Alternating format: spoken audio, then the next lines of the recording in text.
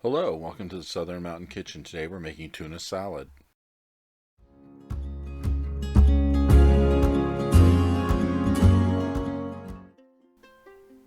Alright, so this is a quick and easy recipe, but it's a fast way to get lunch made. So let's go ahead and add 2 cans of tuna to a mixing bowl.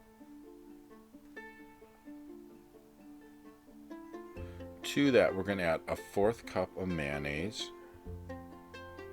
You can add more or less if you want to. I actually like a bit of mayonnaise in mine. I'm going to add 2 boiled eggs, which have been cut up into small pieces.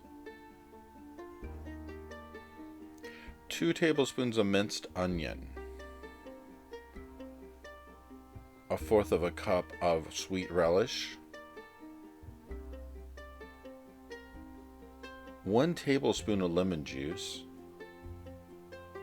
1 clove of garlic, which has been minced into small pieces. And then you're going to add salt and pepper, and this is your choice how much you put in.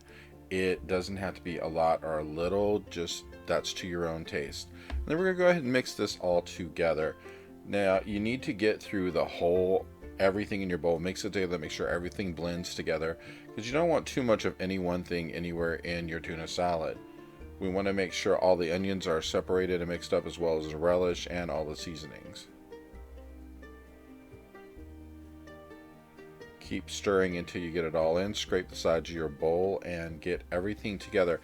And once you get this all completely mixed, just remember this is sometimes best refrigerated. So if you need to stick it in the fridge for an hour after you make it, if you like it that way, that's the way I do it.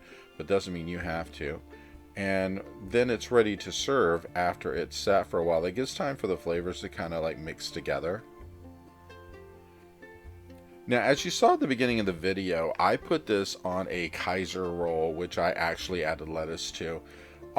Sometimes you can do it that way, or you can serve it on a plate. As you can see in the video, I am putting pieces of lettuce down, which I'm going to scoop the tuna salad on top of, and then add some crackers beside of it. So that way, you know, it's ready for a meal, and it's a quick and easy lunch.